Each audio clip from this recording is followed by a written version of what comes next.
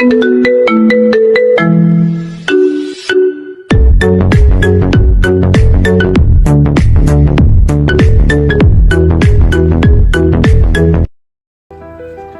ভ্রমণ পরিকল্পনা করে হয়, আর কিছু ভ্রমণ হয়ে যায় জীবনের সবচেয়ে সুন্দর স্মৃতি।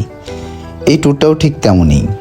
ভিডিও করার কোনো পরিকল্পনা ছিল না, তাই যতটুকু মুহূর্ত ক্যামেরায় ধরা পড়েছে সেইটুকুই আজ স্মৃতি হয়ে রয়ে গেছে।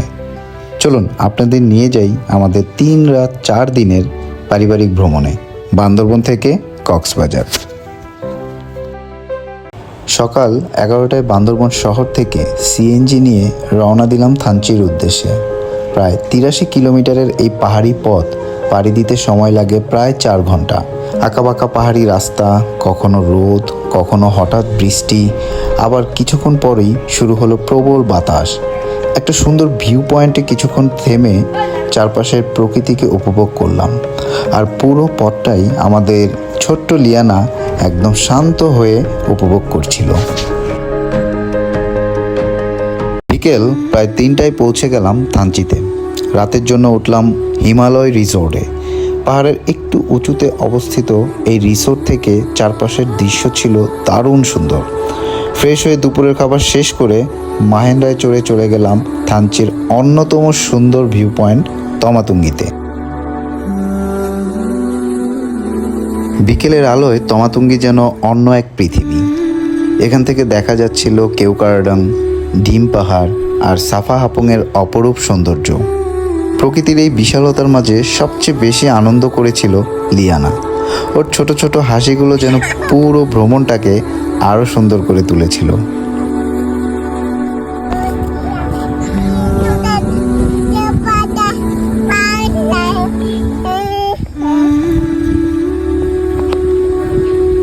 সূর্য ডোবার আগেই আমরা ফিরে গেলাম রিসোর্টে।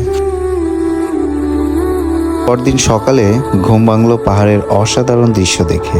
সকাল 9টায় একটি শেয়ার চাঁদের গাড়িতে রওনা দিলাম আলীকদমের পথে।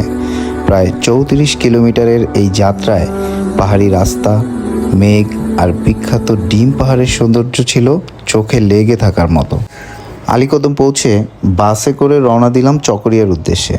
সেখান থেকে আরেকটি বাসে কক্সবাজার। যদিও এই অংশের কোনো ভিডিও নেই, কিন্তু জানালার বাইরে পাহাড় ধীরে ধীরে মিলিয়ে যাচ্ছিল আর সামনে অপেক্ষা করছিল সমুদ্র। বিকেল প্রায় 4টায় পৌঁছে গেলাম কক্সবাজারে। রিসোর্টে উঠে ফ্রেশ হয়ে চলে গেলাম সুগন্ধা বিচের দিকে। সাগরের ঢেউ, সন্ধ্যার হাওয়া আর পরিবারের সঙ্গে কাটানোর সময় দিনটার সমাপ্তি ছিল একদম নিখুঁত। আর কক্সবাজারে এসে ফিশ বারবিকিউ না খেলে যেন ভ্রমণটাই অসম্পূর্ণ থেকে যায়। পরের দিন সকালে অটো নিয়ে চলে গেলাম মেরিন ড্রাইভের দিকে। সমুদ্রের বিশালতা আর লিয়ানার আনন্দ দেখে মনে হচ্ছিল এই ভ্রমণের সবচেয়ে সুন্দর মুহূর্তগুলো এখানেই লুকিয়ে আছে।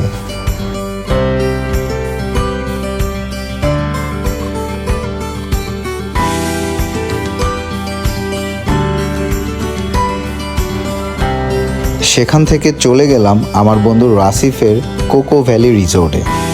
মারমেইড রিসোর্টের কাছেই গড়ে ওঠা এই ইকো রিসোর্টটি প্রকৃতির সঙ্গে দারুণভাবে মিশে গেছে। রাতের পরিবেশ, নীরবতা আর পুরো রিসোর্ট ঘুরে দেখে সত্যি অনেক ভালো লেগেছিল। লাগে না যেই বাতাস নিরিবিলি, আমরা আসতে চাইলে এটা দেখে আসতে পারবো। সুন্দর।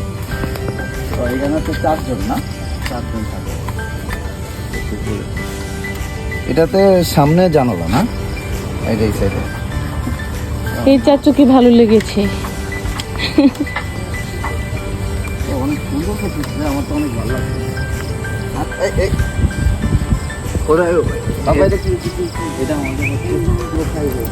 এটা আমরা এখনো